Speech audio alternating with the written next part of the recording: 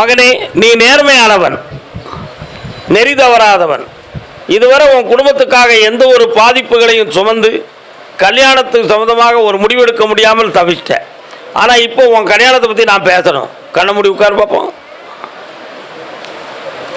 அப்படியா? எங்க உங்கள் அப்பாவை பெற்ற தாத்தா வழியில் ஒன் வீட்டு அத்தை மக்களில் ஒரு மகா வாழா வெட்டியாக இருக்காடா. கட்டிக்கலாமா?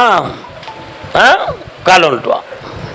அதே மாதிரி திருப்பதி வெங்கடாஜலபதி குடிகொண்டு இருக்கக்கூடிய இடம் ஆந்திரா தேசம், தெலுங்கு பேசக்கூடிய நாடு.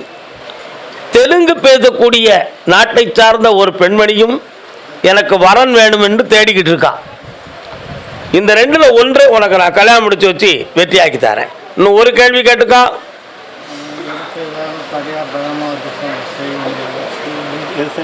எல்லாத்தையும் மாற்றி வெற்றியாக்கி தரேன். தைரியமாயிரு. உனக்கு இனிமேல் உன் உடல்நிலை பாதிக்காது. ஜெயிச்சுவா மகனே. கர்மசாமிக்கு இப்படி பேர்.